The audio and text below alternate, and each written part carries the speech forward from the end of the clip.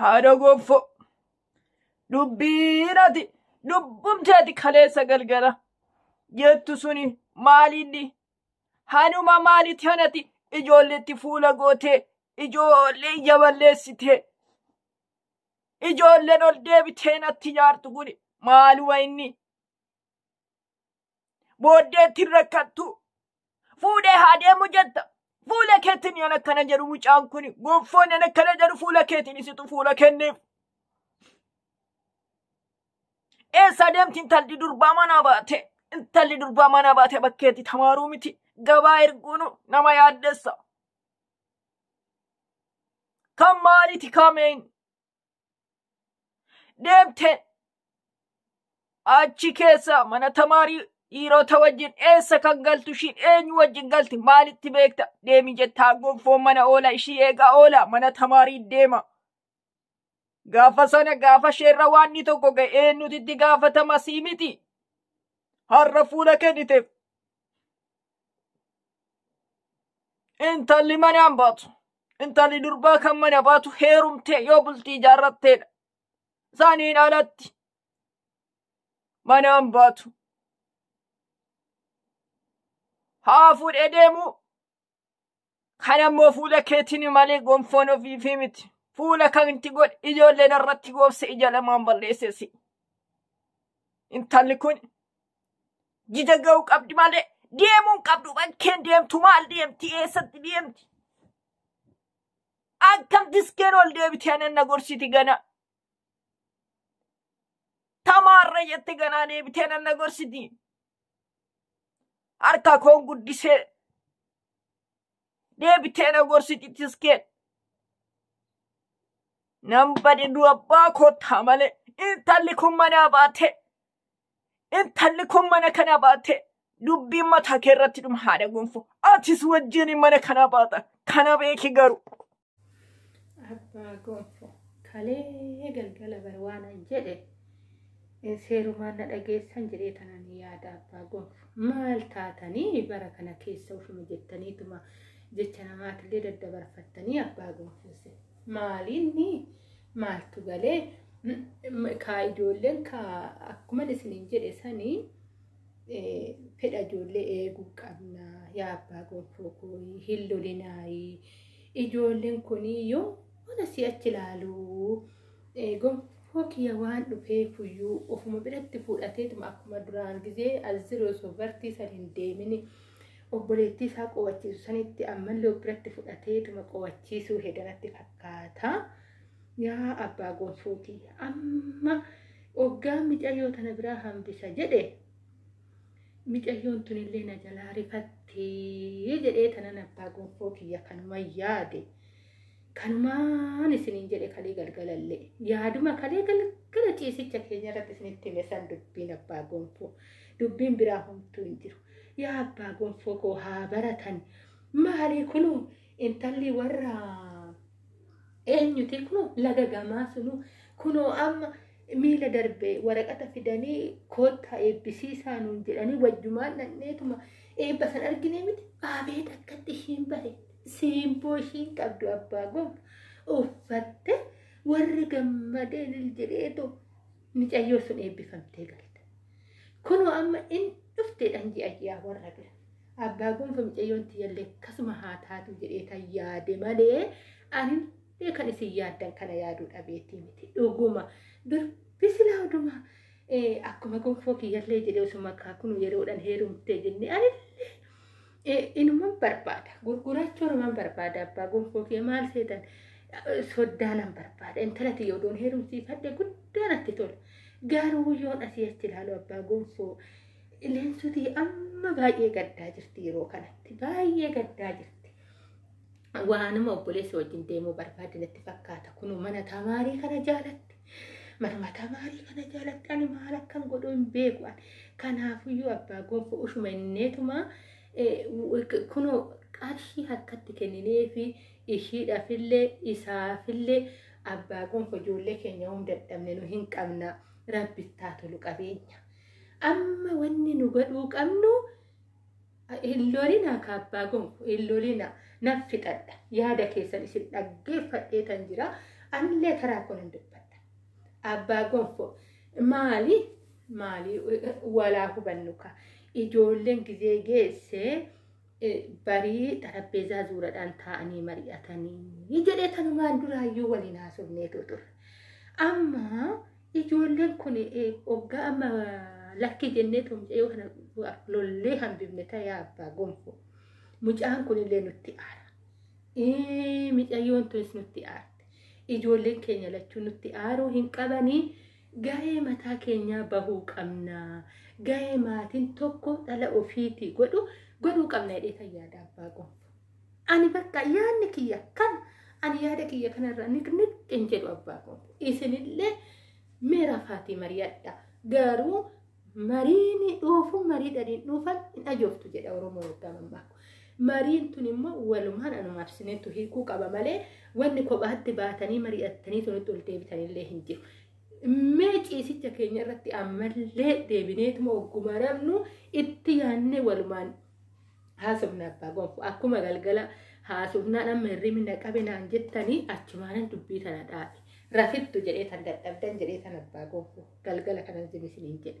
Har'a immoo homaa hin hojjenne isinii hin dadhabne galgala waliin haasofna ammallee irra deebinee dubbii tana malee akkamitti ijoolleen tun mufataniitu mucaan kun mufatee nu bira bartii kanatti deebi'a. Mucayyoon tiyyas immoo iyyuu nutti mufattee toteessi. Mee kana abbaa gonfoo isinillee mee dubbii tana ijoollee fedha ijoollee kanaatiifi dubbii keessan kana kan amma dubbattan kana wal bira qabaatee ilaala. Ani tanumaan isiniin jedha abbaa gonfoo kara sa'a kiyyaatan deema. Kara sa'a kiyyaatan deema abbaa gonfoo ko tanumaan dubbadhaafanii.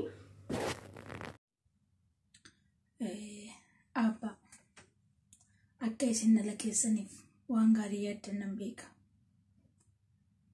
Garuu haa ta'u malee yeroo kanaa miti wanti isin dubbachaa jirtan kun kan barbaachisu. Naaf gala wanni si yaaddani. Yookaan ijoollummaadhaan bultee godhattee gaa'ela ishee keessatti kan cimtu kan jedhu yaadni keessani. Abbaa hulmoo xiqqoo hin ulfaata. Namoonni yeroo baay'ee ijoollee fi ijoollummaan hoggaa kennan waan gaarii itti fakkaata.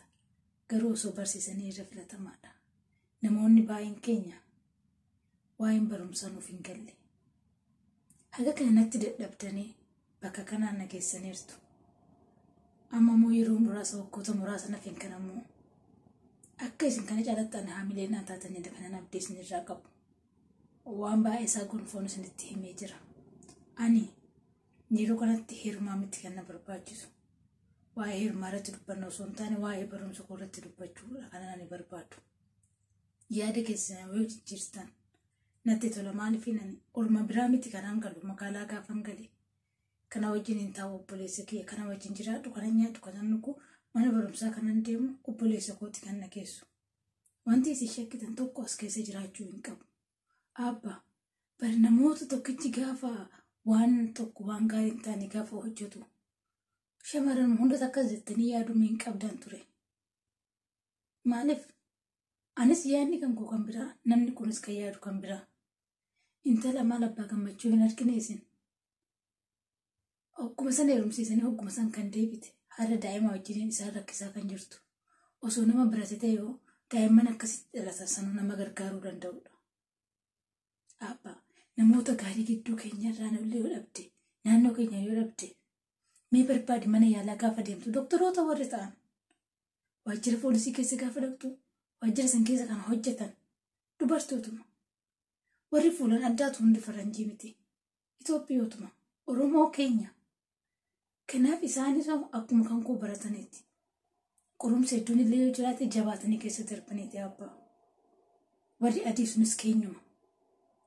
Kanaaf kana hubachuu qabdu.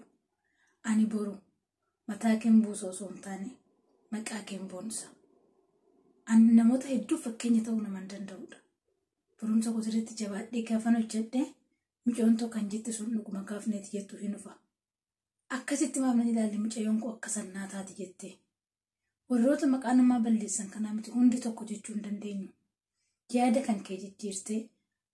Abbaa galatoomee atis obboleettii keenya kanaaf obboleettii koo kanaaf yaaddeeti malee waan hamaatti yaaddee miti. shamarri yeroo ormaa yoo heerumte bakka gaarii keessi ilmoo isiin argaa jetteeti ani akkatti na barsiisuudhaaf tattaaffii godhaa jirtu baay'ee naaf galatoomin jedha ulfaadhuun jedha. Isiin illee akkasiin naa wajjin barattee bakka guddaa geessu doktora guddaa taatu abdiin qaba hawwii kooti waan ta'eef ammallee irra deebi'eensi kadhadhaa dhiifama nuu gootee fuudhee tan dhaqee obbira ka'a mana barnootaa keessaniin ka'a mana barnootaa keessatti ni barattee immoo bakka guddaa akka geessu isinuus mas hin beektan leensuus kumas hin beektan waan ta'eef barattee bakka guddaa ga'uu dandeessi lubbuu nama meeqa hambisuu dandeessi lubbuu daa'immanii hambisuu dandeessi dhukkuba garaagaraa irratti gorsa adda addaa kennite akkaataatti fayyadamiinsa qisaasa waan adda addaa irratti baadiyyaa keessatti waan baay'ee gochuu dandeessu. Doktor Ilillii Jamaal argitee jirta. Doktor Ilillii Jamaal argitee jirta bara darbe amanamtuu taate lubbuu Jawaar Mahammad illee kan hambise eega rabbiiti isiidha jechuudha. Kanaafuu dhiifama nuu goota fudhannee deemnaa leensu fudhadheen deemaa anumatti kenniiti na amaniiti keessee barnoota gaarii akkasiin barattu abdii qabde irra deebi'ee eeggaddallee mana barnootaati anumti sitti hin dhagaamu saayiba kan koo tokko wajjiniin mana barnootaa deemnee kan dhufneef yaada kanatti nu qabeennaan dhufne waan ta'eef yaada kana ammoo akkatti nurraa fudhattee akkatti nurraa fudhattee isiinuu kennite mana barnootaatti deebinu kabaja. Eerumni ni qaqqabu bara dhufullee waggaa barnootaa xumurtee jettee ni qaqqabu. Utuun yeroon isaa jiru saatiin isaatu jiru askutiitti yoo kan heerumtu taate isiinis barnoota irraa adda bahuu dandeessi. Barnoota isii kanatti lamuu deebi'uu hin dandeessu waan ta'eef ammas irra deebinee si kadhanna. Yaadati kaasaa turte ijoolleen shamarranii baratteessa geessu barumsaa jedhanii waa dhuguma xannacha tokkotu. Afachu haarumti naan galle jira yaa haadha gonfoo sila maaluma dubbiin ati jettu kun akkam ijoolleen irratti goobsite mataa irratti na fincoomsisiista ijoollee si tokkana godhe ijoollee kanatti situ fuula kennee kana godhe gurbattiin tunis taleessa tamaare jette waraqata baattee guyyaa lama achi deemtee dhufte makiinaa seentee dhufte har'a moo deebitee na gorsiti ana nama garramu nambad lubbaa kottaan talli kun asii baate atis wajjiniin baata haadha gomu atis wajjiniin baata si akkana godha waan ta'eef situ fuulatti kenne ijoolleetti ija lamaan hin limgootee balleessite ijoollee haanufti akkam sila maaluma sinitti fakkaadhe sila maaluma sinitti miilli shikaaste bakka kanaa hubaadhe intalli kuni bor waan nan taaneen as deebiti dhiira wajjin eessa deemte isheen dhiira inni waan fedheeyyuu odoo ta'e irraa bareeda isheen asii deemtee bakkee sanitti maal taati eenyu wajjin jiraatti maaltu ishii qunnama eentu arga durbe manaan baatu booda sababa jabaa sitti dhufa si sajjese tanan ofi sajjesa intalli kana asii baatee waan tokko irra ga'e hin heerumti durbe kan durbi deemtee bakkee deemtee tamaat bakkee deemtee maal jedha eessumaa fidde kana bakka kamii fidde meedatti hoy tana gurbatti sila tamaaruun isaanii ol deebi'anii haadha fabbaa isaaniitti nyaaruudha moo sila akkamiin